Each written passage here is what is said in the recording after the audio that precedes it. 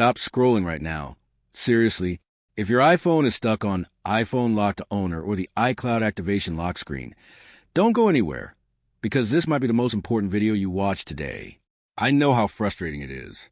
You pick up your phone, ready to use it, and suddenly you're locked out.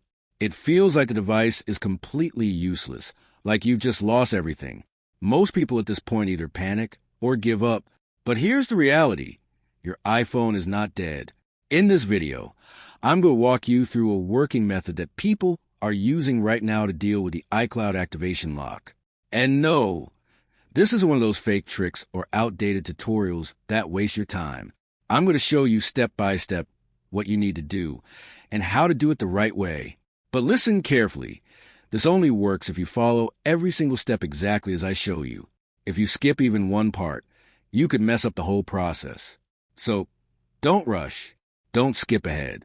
Stay with me till the end. And one more thing, if this method works for you, make sure you hit that like button and share this video so others don't get stuck like you did. And if it doesn't work on your specific iPhone, don't worry. Just drop a comment with your iPhone model and iOS version, and I'll personally help you find a solution. Now let's get started and bring your iPhone back to life.